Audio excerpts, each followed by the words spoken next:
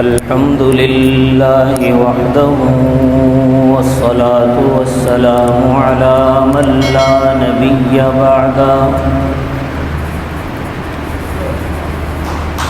وعلى آله وأصحابه الذين أوفوا عهدا ونشهد أن لا إله إلا الله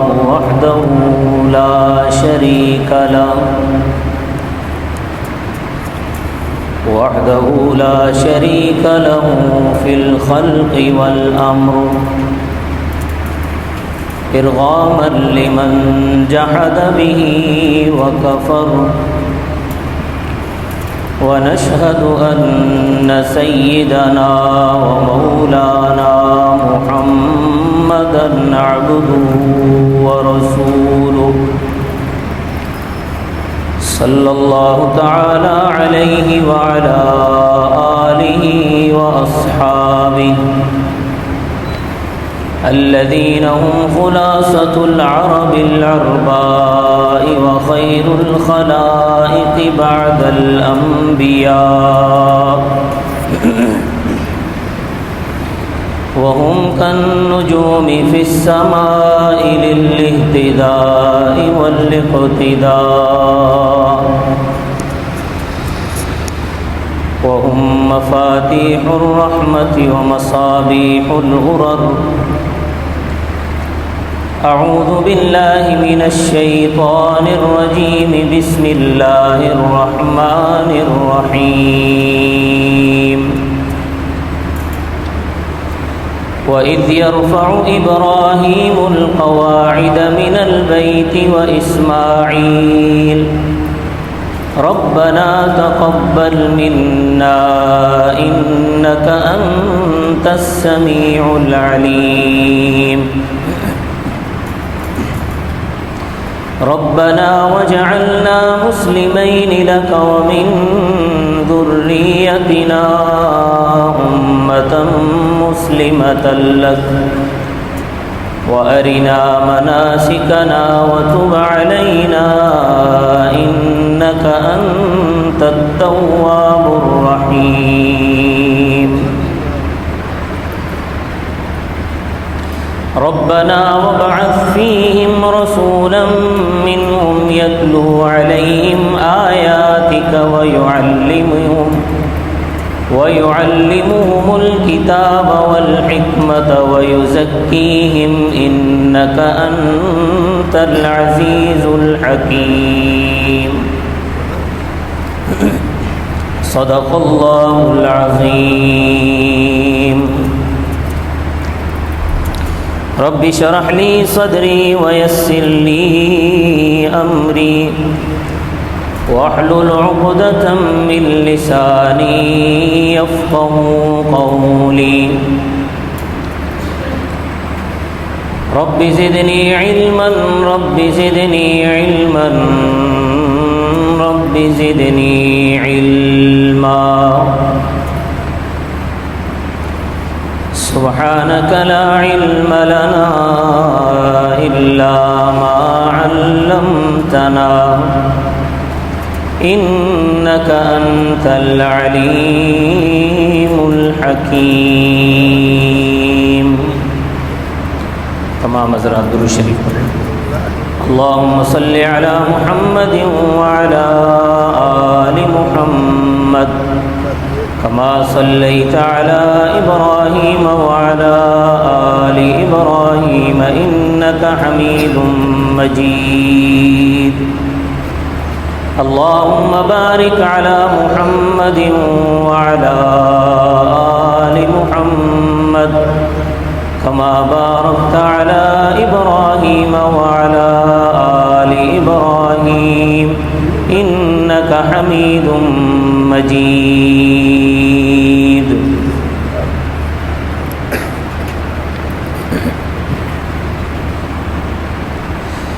معزز سامعین گرامی قدر،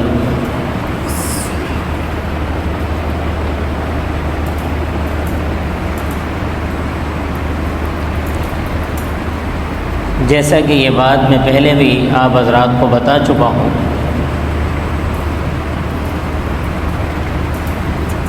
ذی قعدہ کا مہینہ اشہر حج میں سے ہے۔ اس مہینے میں لوگ حج کا احرام باندھ کر حج کے لیے جاتے ہیں۔ حج ایک بہت بڑی عبادت ہے جو ہر صاحب حیثیت مسلمان پر ایک دفعہ فرض ہے۔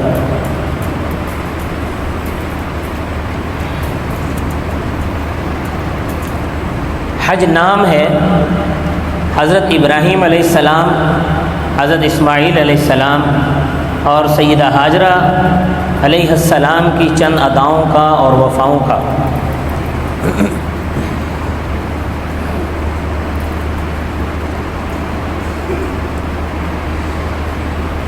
تو اس میں جو اصل کردار ہے وہ ابو الانبیاء حضرت سیدنا ابراہیم علی نبینا علیہ الصلاۃ والسلام کا ہے کہ اللہ تبارک و تعالی نے حضرت ابراہیم علیہ السلام کو اتنا بڑا مقام عطا فرما دیا کہ ان کی اداؤں کو قیامت تک کے لیے مسلمانوں پر لازم کر دیا کہ اب وہ ہر سال جاتے ہیں، وہ ان کی اداؤں کو دہراتے ہیں۔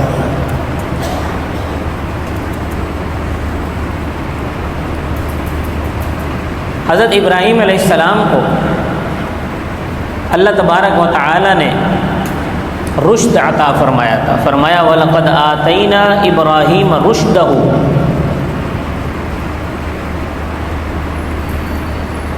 ابراہیم علیہ السلام کو اللہ نے ساری دنیا کا پیشوا قرار دیا، فرمایا ان ابراہیم کان امتن۔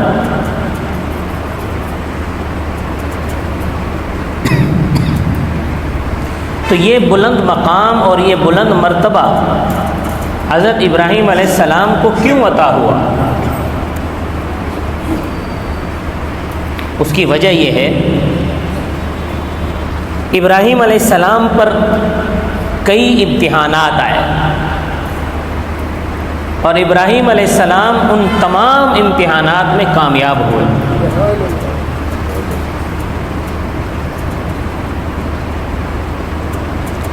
کئی آزمائشیں آئیں، ان تمام آزمائشوں میں ابراہیم علیہ السلام کامیاب ہوئے، اور ان تمام آزمائشوں کا اور تمام امتحانات کا ذکر قرآن کریم میں موجود ہے۔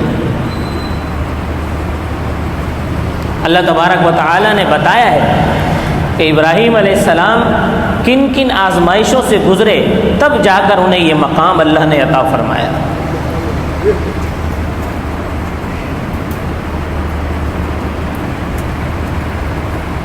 وہ امتحانات کیا تھے؟ تو میں چاہتا ہوں کہ آپ حضرات کے سامنے ابراہیم علیہ السلام پر گزرے ان امتحانات کا تذکرہ کروں، جس سے آپ حضرات کو بھی اندازہ ہو کہ ابراہیم علیہ السلام کا مقام کیا تھا۔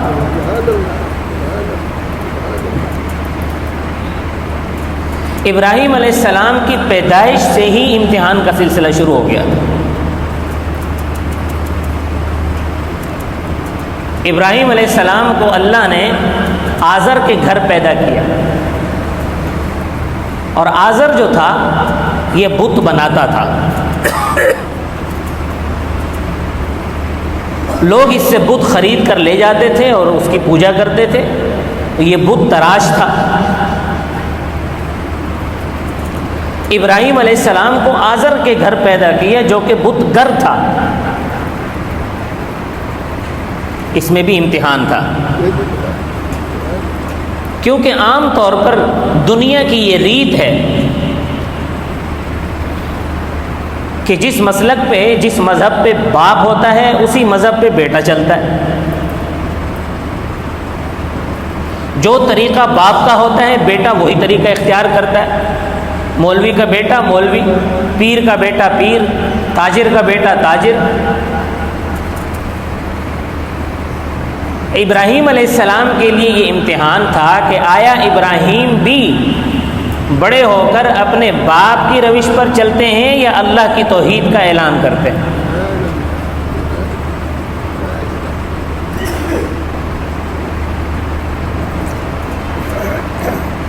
ابراہیم علیہ السلام کو بچپن میں جو گھر کا ماحول عطا ہوا وہ یہ ماحول تھا کہ گھر میں بت بن رہے ہیں.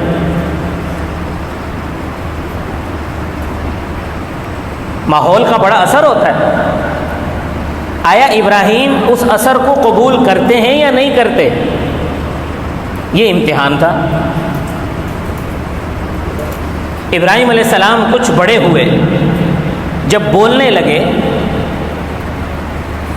چونکہ نبی بننا تھا، اللہ پاک نبی کو بڑی سمجھ عطا فرماتے ہیں. ایک دن ابراہیم علیہ السلام نے اپنی والدہ سے پوچھ لیا کہ اماں جان ذرا مجھے یہ تو بتاؤ کہ آپ کا رب کون ہے؟ ماں نے کہا کہ میرا رب تیرا باپ ہے. تو ابراہیم علیہ السلام نے پوچھا اچھا تو ابا کا رب کون ہے؟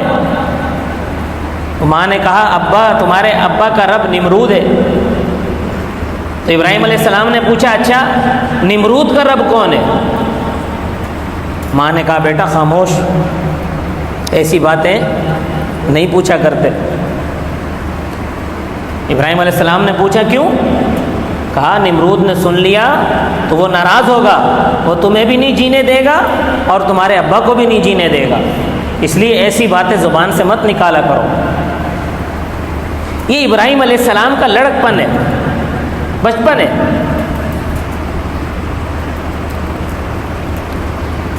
شام کو آزر گھر پہ آیا، اس نے دیکھا کہ اس کی بیوی اداس بیٹھی ہے، پریشان بیٹھی ہے. آزر نے پوچھا آج خیریت تو ہے، پریشان ہو؟ ابراہیم علیہ السلام کی والدہ نے کہا آزر سے کہ آج تو ابراہیم نے مجھ سے وہ سوالات کیے ہیں کہ وہ بڑے سے بڑا عقل مند بھی ایسے سوالات نہیں کر سکتا. ایسے سوالات کیے ہیں مجھ سے. آزر نے پوچھا کیا سوال کیا ہے؟ تو ابراہیم علیہ السلام کی والدہ نے پورا ماجرا آزر کے سامنے دہرا دیا کہ یہ سوال جواب ہوئے. تو آزر حضرت ابراہیم علیہ السلام کو بلایا آزر نے اور ان سے پوچھا کہ ابراہیم بیٹا آج تم نے یہ سوالات کیے ہیں؟ ابراہیم علیہ السلام نے کہا کہ جی آپ کا رب کون ہے مجھے بتائیں. تو باپ نے کہا میرا رب تو نمرود ہے. ابراہیم علیہ السلام نے پوچھا بتاؤ آپ مجھے نمرود کا رب کون ہے؟ تو آزر نے کہا بیٹا ایسی باتیں نہیں کرتے، ایسی باتیں، ایسے سوالات نہیں کرنے چاہیے، نمرود سن لے گا تو ناراض ہوگا. ابراہیم علیہ السلام نے فرمایا کہ نمرود سنے یا نہ سنے، وہ تو سنے گا جب سنے گا، میرا رب ابھی سن رہا ہے.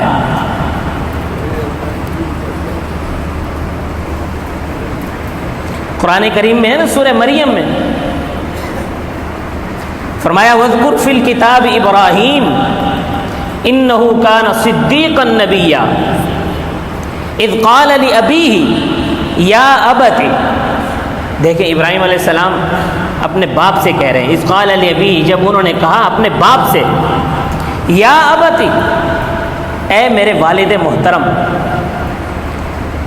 اس میں بھی ایک بہت زبردست اشارہ ہے.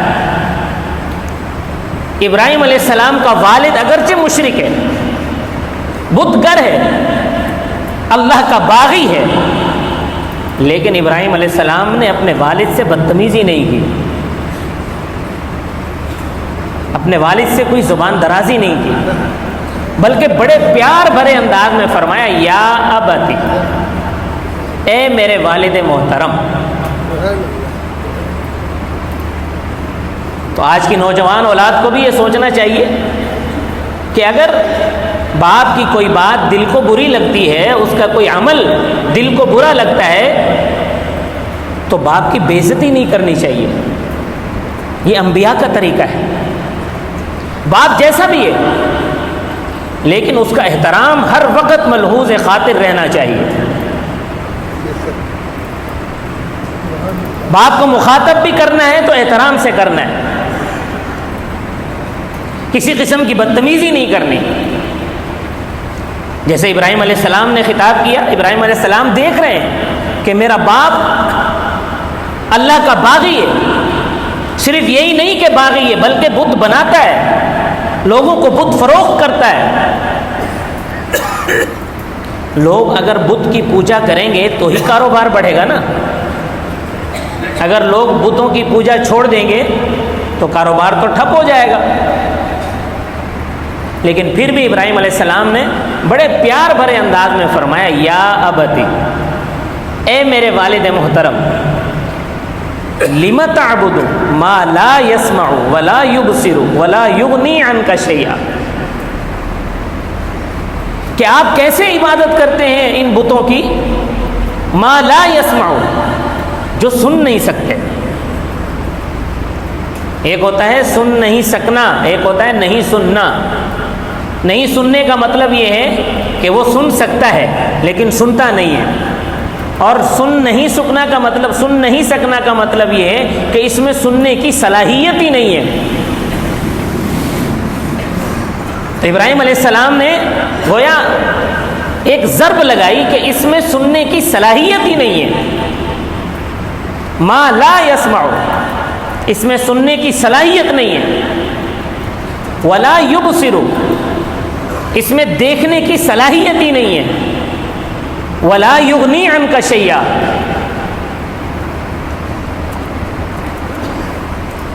باپ نے جب یہ سنا وہ اور حیران ہوا. ابراہیم علیہ السلام نے پھر کہا یا ابتی انی قد جاءنی من العلم ما لم یأتک فاتبعنی، میں ایک علم کے ساتھ آیا ہوں تمہارے پاس جو کہ پہلے یہاں تمہارے پاس نہیں آیا. فاتبعنی، لہذا تم میری اتباع کرو. اہدک صراطا سویا، میں تمہیں سیدھے راستے کی طرف ہدایت کرنے آیا ہوں. میں تمہیں صراط مستقیم پر لے کر چلوں گا. یا ابتی لا تعبد الشیطان، یہ جو تم بتوں کو پوج رہے ہو یہ در حقیقت شیطان کی پوجا ہے، تو شیطان کی عبادت مت کرو. بتوں کی پرستش پر، بتوں کی عبادت پر انسان کو شیطان نے لگایا. سب سے پہلے جو بتوں کی پوجا کرنے والی قوم تھی وہ حضرت نوح علیہ السلام کی قوم تھی. حضرت نوح علیہ السلام کی قوم سے پہلے سارے لوگ موحد تھے، کوئی مشرک نہیں تھا. سب سے پہلے شرک حضرت نوح علیہ السلام کی قوم نے کیا، اور ان کو شیطان نے شرک اس طرح لگایا کہ ان کے کچھ بزرگ تھے جن کا ذکر سورہ نوح کے اندر ہے، جن کے نام بھی، ان کے بزرگوں کے نام بھی ذکر ہیں، ود، سواع، یغوث، یعوق، نصر. یہ 5 بڑے برگزیدہ اللہ کے بندے تھے. ان کا انتقال ہو گیا تو قوم کے لوگ بڑے پریشان تھے کہ ہمارے جو بڑے تھے، ہمارے بزرگ تھے، وہ اس دنیا سے چلے گئے ہیں، اب ہمیں سیدھا راستہ کون دکھائے گا، ہمیں دین کے مسئلے کون بتائے گا. تو شیطان ان کے پاس بزرگ کی شکل میں آیا. ان سے پوچھا کہ تم لوگ کیوں پریشان ہو؟ وہ کہنے لگے کہ ہمارے بزرگ چلے گئے ہیں، ہمارے بڑے چلے گئے، ہم اس لیے پریشان ہیں. اس نے کہا یہ کوئی پریشان ہونے کی بات تو ہے، لیکن تم ان کی یاد اپنے دل میں زندہ رکھنے کے لیے ان کی مورتیاں بنا لو. انہوں نے کہا یہ بات تو زبردست بتائی ہے اس نے. شیطان نے ان سے مورتیاں بنوا لی. اب ان کو یہ تو نہیں کہہ سکتا تھا کہ تم ان کی عبادت کرو، کیونکہ وہ تو پکے موحد تھے. بس انہوں نے مورتیاں بنا لی ان کی، بس ان کو دیکھتے تھے، ان کو سکون ملتا تھا. پھر جب ان کی اگلی نسل آئی، اگلی نسل کو شیطان نے یہ بات سمجھائی کہ تمہارے جو باپ دادا تھے وہ ان کی پوجا کرتے تھے، لہذا تم بھی کرو. تو اگلی نسل نے ان بتوں کی پوجا شروع کر دی. اس لیے ابراہیم علیہ السلام نے فرمایا اپنے باپ سے یا ابتی لا تعبد الشیطان، اے والد محترم شیطان کی عبادت نہ کرو. ان الشیطان کان للرحمن عصیا، شیطان تو رحمان کا پکا نافرمان ہے، اللہ کا نافرمان ہے شیطان. یا ابت انی اخاف ان یمسک عذاب من الرحمن فتکون للشیطان ولیا. ابراہیم علیہ السلام نے آخری کوشش کر لی کہ میں تمہیں اللہ کے عذاب سے ڈراتا ہوں، کہیں ایسا نہ ہو کہ تم اللہ کے عذاب میں گرفتار ہو جاؤ. مجھے اس بات سے خوف آتا ہے مجھے اس بات سے خوف آتا ہے کہ شیطان کے تم دوست نہ بن جاؤ۔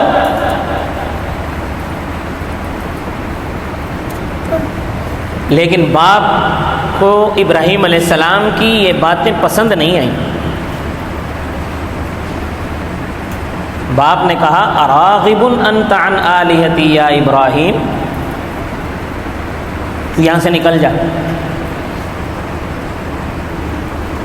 لئن لم تنتہی لارجمنک وہجرنی ملیا، اگر تو یہ باتیں کرنے سے باز نہ آیا تو میں تجھے سنگسار کر دوں گا۔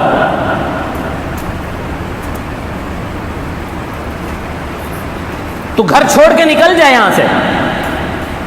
اور یہی مشرک کا آخری حربہ ہوتا ہے، جب وہ دیکھتا ہے کہ اللہ کا پیغمبر توحید بیان کرنے سے رک نہیں رہا، تو مشرک کا آخری حربہ یہ ہوتا ہے کہ اس کو علاقے سے نکال دو، اس کو گھر سے نکال دو، اس کا بائیکاٹ کر دو۔ تو باپ نے بھی یہی کیا۔ باپ نے کہا کہ تو ہمارا گھر چھوڑ کے نکل جائے یہاں سے، اور اگر تو باز نہ آیا تو میں تجھے سنسار کر دوں گا۔ اب ابراہیم علیہ السلام کا امتحان کی کامیابی کا ذکر قرآن نے کیا ہے۔ ابراہیم علیہ السلام نے فرمایا قال سلام علیک ساستغفر لک ربی انہ کان بی حفیا۔ ابراہیم علیہ السلام نے فرمایا کہ ٹھیک ہے، میں تیرا گھر چھوڑ کے جا رہا ہوں، لیکن میں اپنے پروردگار سے تیرے لیے استغفار کرتا رہوں گا، کیونکہ تو میرا والد ہے۔ اب دیکھیں، والد اگرچہ بت پرست ہے، صرف بت پرست نہیں، بت گر ہے، ابراہیم علیہ السلام کو گھر سے بھی نکال رہا ہے اور مارنے کی دھمکی بھی دے رہا ہے، لیکن ابراہیم علیہ السلام نے پھر بھی والد سے بدتمیزی نہیں کی۔ کیا فرمایا کہ میں تیرے لیے استغفار اپنے رب سے کرتا رہوں گا اور میرا رب مجھے مایوس نہیں کرے گا۔ وَأَعْتَزِلُكُمْ وَمَا تَدْعُونَ مِن دُونِ اللَّهِ وَأَدْعُو رَبِّي، میں تمہیں بھی چھوڑتا ہوں اور جنہیں تم اللہ کے علاوہ پکارتے ہو، جن کی عبادت کرتے ہو، ان کو بھی چھوڑتا ہوں۔ عَسَىٰ أَلَّا أَكُونَ بِدُعَاءِ رَبِّي شَقِيًّا، ابراہیم علیہ السلام ان سے الگ ہو گئے۔ اللہ تبارک و تعالیٰ نے ابراہیم علیہ السلام کی اس امتحان میں کامیابی کا اعلان فرما دیا کہ ابراہیم تم اس امتحان میں 100/100 نمبر لے کر کامیاب ہو گئے۔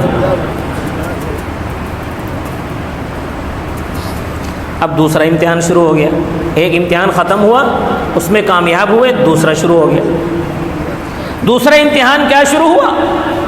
لوگوں نے کہا کہ ابراہیم اپنے باپ کے سامنے تو تبلیغ کرنا بڑا آسان ہے، کیونکہ گھر کا معاملہ ہے نا، نمرود کے سامنے کرو تو پتہ چلے۔ نمرود وقت کا بادشاہ، ظالم اور جابر بادشاہ تھا۔ لوگوں نے کہا کہ نمرود کے سامنے بات کرو تو ہم مانیں تمہیں۔ ابراہیم علیہ السلام نے فرمایا کہ جاؤ نمرود کو بتا دو میں فلاں دن آ رہا ہوں اور تیرے دربار میں اللہ کی توحید کا اعلان کروں گا، مجھے روک سکتا ہے تو روک کے دکھائے۔ ابراہیم علیہ السلام نے دن کا اعلان فرما دیا۔ نمرود کو لوگوں نے بتایا کہ آزر کا بیٹا ابراہیم جو ہے وہ تو اب تیرے دربار میں اپنی دعوت لے کر آ رہا ہے، تبلیغ کرنے کے لیے آ رہا ہے، تیری خدائی کا انکار کرنے کے لیے آ رہا ہے۔ نمرود کو بڑا غصہ آیا۔ جو دن ابراہیم علیہ السلام نے متعین کیا تھا، اس دن نمرود نے اپنے بڑے بڑے مذہبی مجاور، مذہبی ملنگ، پنڈت سارے بلا لیے، وزیروں مشیروں کو سب کو بلا لیا تاکہ ابراہیم علیہ السلام کو شکست دی جا سکے۔ ابراہیم علیہ السلام نہایت ہی پیغمبرانہ شان سے، نہ دل کے اندر کسی کا خوف ہے، نہ دل میں کسی کا ڈر ہے، نہ نمرود کا ڈر ہے، نہ قوم کا ڈر ہے، نہ اس کے وزیروں مشیروں کا ڈر ہے، نہ اس کے پنڈتوں اور اس کے مجاوروں کا ڈر ہے۔ نہایت ہی پیغمبرانہ شان سے نمرود کے دربار میں داخل ہوئے، اور قرآن کریم نے ابراہیم علیہ السلام کی اس دعوت کو بھی قرآن میں بیان فرمایا۔ فرمایا اذ قال لأبیہ وقومہ ما هذه التماثیل التي انتم لنا عابدون۔ انتم لہا عاکفون، کہ یہ تم نے کیا یہ شکلیں بنا رکھی ہیں، یہ تم نے کس قسم کی مورتیاں بنا رکھی ہیں جن کی تم عبادت کرتے ہو؟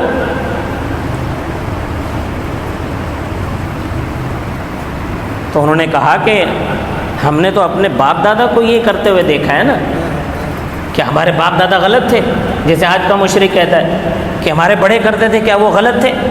ابھی تم ہم کو نئی بات سمجھانے آ گئے ہو، ہمارے باپ دادا یہ کرتے تھے، کیا وہ غلط کر رہے تھے؟ تو ابراہیم علیہ السلام نے کیا جواب دیا؟ کوئی لگی لپٹی نہیں رکھی، ابراہیم علیہ السلام نے کوئی لگی لپٹی نہیں رکھی، فرمایا لقد کنتم انتم وآباؤکم فی ضلال مبین، فرمایا تم بھی، تمہارے باپ دادا بھی سب کھلی گمراہی میں تھے۔ قوم حیران رہ گئی کہ ہمارے باپ دادا کو گمراہ کہہ دیا اس نے، ہمارے بڑوں کو گمراہ کہہ دیا۔ وہ کھسیانے ہو گئے، کھسیانے ہو کر کہنے لگے کہ ابراہیم تو ہم سے مذاق کر رہا ہے، وہ صحیح بات لے کے آیا ہے۔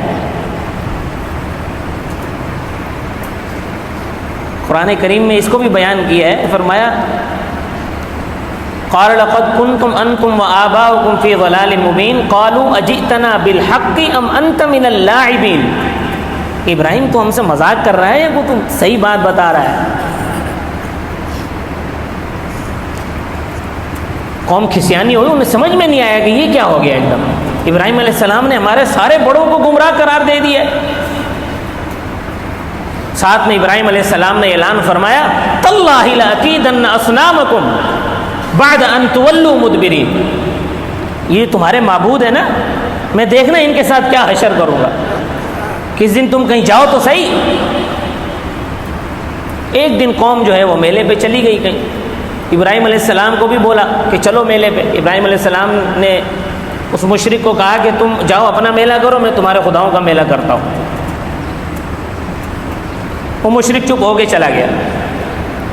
جب قوم ساری چلی گئی تو ابراہیم علیہ السلام اس مندر میں داخل ہوئے جہاں رب رکھے ہوئے تھے، بہت سارے رب، کوئی تانبے کا رب، کوئی پیتل کا رب، کوئی مٹی کا رب، کوئی لوہے کا رب، مختلف قسم کے رب ہی رب،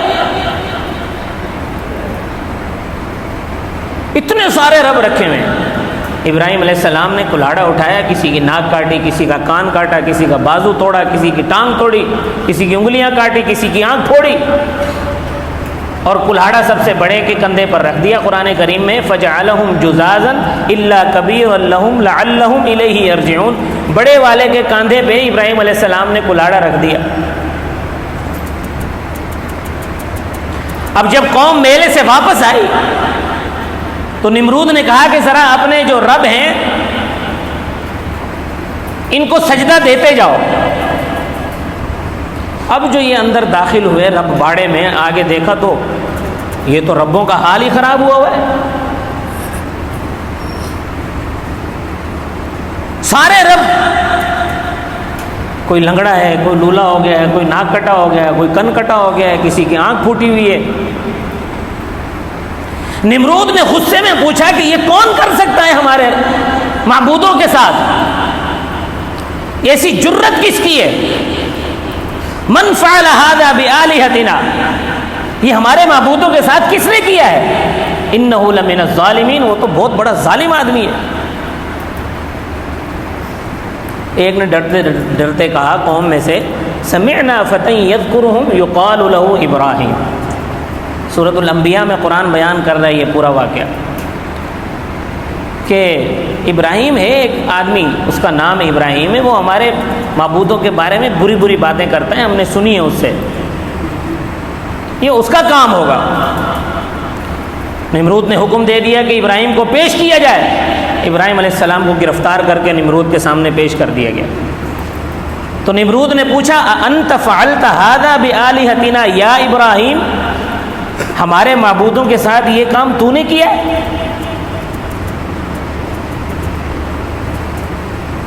ابراہیم علیہ السلام نے فرمایا بڑے سے پوچھ لو اگر یہ بولتے ہیں، ہاؤلا ینطقون، اگر یہ بول سکتے ہیں تو یہ بڑے سے پوچھ لو، مجھ سے کیوں پوچھتے ہو؟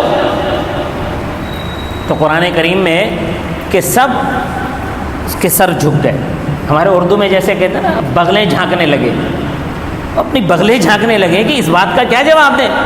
وہ اتنا تو وہ یہ بھی سمجھتے تھے کہ یہ بت نہیں بول سکتے. جب بول نہیں سکتے تو ان سے پوچھے کیسے؟ تو بغلیں جھانکنے لگے, کہنے لگے ابراہیم تجھے تو پتہ ہے یہ بول نہیں سکتے. تو ابراہیم علیہ السلام نے فرمایا اف لکم, تف ہے تمہارے اوپر, وَلِمَا تَعْبُدُونَ مِن دُونِ اللَّهِ, اللہ کو چھوڑ کر پھر ان کی عبادت کیوں کرتے ہو؟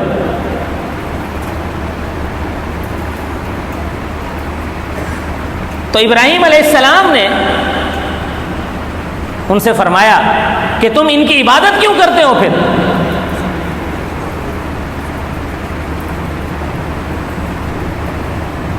جب یہ بول نہیں سکتے. لیکن مشرک کے پاس کوئی جواب نہیں تھا. مشرک پریشان ہو گیا. اب جب اس کے پاس کوئی جواب نہیں تھا تو کہنے لگا کہ ابراہیم کو سزا دو. کیا سزا دو؟ ابراہیم کو آگ میں ڈال دیا جائے. آگ تیار کی گئی. ابراہیم علیہ السلام کو آگ میں ڈالنے کے لیے جب تیار کر دیا گیا, اب ابراہیم علیہ السلام کا امتحان شروع ہوا ہے. آگ میں ڈالا جانا کوئی آسان بات نہیں ہے. آگ میں جل جانا, آگ کا کام کیا ہے؟ جلانا. کوئی آدمی جان بوجھ کر اپنی انگلی آگ کو نہیں لگاتا کہ انگلی جل جائے گی. ابراہیم علیہ السلام کے بارے میں فیصلہ ہو گیا ہے اور سامنے آگ جل رہی ہے. ابراہیم علیہ السلام کو آگ میں ڈالنا ہے. بارش کا فرشتہ آیا ابراہیم علیہ السلام کے پاس. ابراہیم اگر آپ حکم کریں تو بارش برسا کر اس آگ کو بجھا دیں گے. ابراہیم علیہ السلام نے فرمایا خود آئے ہو یا کسی نے بھیجا ہے؟ فرمایا خود آیا ہوں. ابراہیم علیہ السلام نے فرمایا اللہ میرے حال کو دیکھ رہا ہے؟ فرشتے نے کہا بالکل دیکھ رہا ہے, اور ٹھیک ہے اللہ جانے اور میں جانوں, آپ کی مدد کی ضرورت نہیں ہے. اسرائیل علیہ السلام آ گئے کہ ابراہیم آپ حکم کریں, ان سب کی روح قبض کر لو, ابھی کے ابھی سب مر جائیں گے, ایک بھی زندہ نہیں بچے گا. ابراہیم علیہ السلام نے اسرائیل علیہ السلام سے بھی یہی سوالات کیے. انہوں نے کہا میں خود آیا ہوں. فرمایا خود آئے ہو تو تمہاری مدد کی ضرورت نہیں ہے, میرے لیے میرا اللہ کافی ہے.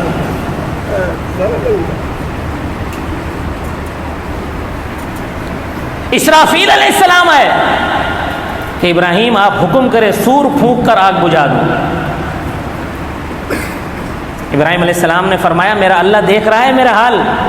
فرمایا دیکھ رہا ہے. ہاں اللہ کافی ہے, آپ کی مدد کی ضرورت نہیں ہے. ابراہیم علیہ السلام کو آگ میں پھینک دیا گیا. ابراہیم علیہ السلام آگ میں پہنچے ہیں, اللہ نے آگ کو حکم دے دیا کہ اے آگ میرا محبوب آ رہا ہے, میرا پیغمبر آ رہا ہے, اس کو کوئی تکلیف نہیں ہونی چاہیے, اس کو محسوس نہیں ہونا چاہیے کہ یہ آگ کے اندر ہے. یا نار کونی بردا و سلاما علی ابراہیم, کہ اے آگ ابراہیم پر تو ٹھنڈی ہو جا, سلامتی والی ہو جا. کہ ابراہیم علیہ السلام کو ایسا محسوس ہو کہ جیسے ایئر کنڈیشن کمرے میں بیٹھے.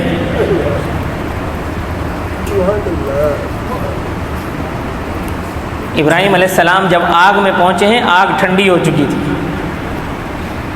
اللہ نے آگ کو حکم دے دیا کہ تیرا کام جلانا ہے, لیکن تو نے اس میرے بندے کو جلانا نہیں ہے, اس کے لیے ٹھنڈی ہو جا. ابراہیم علیہ السلام 40 دن تک اس آگ میں رہے اور ان انگاروں سے کھیلتے رہتے تھے. قوم بڑی پریشان ہوتی تھی, حیران ہوتی تھی کہ یہ آگ کا کام تو جلانا ہے, ابراہیم کو کیوں کچھ نہیں ہوتا. ان عقل کے اندھوں کو پھر بھی سمجھ میں نہیں آئی کہ یہ دنیا, یہ ساری کائنات, اس کے اندر جتنی چیزیں ہیں یہ ساری اللہ کی حکم کی محتاج ہیں. آگ کا کام جلانا ہے, لیکن اللہ اگر آگ کو ٹھنڈا ہونے کا حکم دے دے تو وہ ٹھنڈی ہو جاتی ہے. چھری کا کام کاٹنا ہے, اللہ اگر چھری کو حکم دے دے تو وہ کاٹنے سے باز آ جاتی ہے. یہ تمہارے بت کچھ نہیں کر سکتے, اللہ تبارک و تعالیٰ کا یہ کام ہے. اللہ نے اس آگ کو ٹھنڈے ہونے کا حکم دے دیا ہے. تم نے یہ سوچا تھا کہ ابراہیم کو آگ میں ڈال کر جلا ڈالیں گے, قصہ ختم ہو جائے گا, لیکن دیکھو ابراہیم آگ میں بیٹھ کر انگاروں سے کھیل رہا ہے.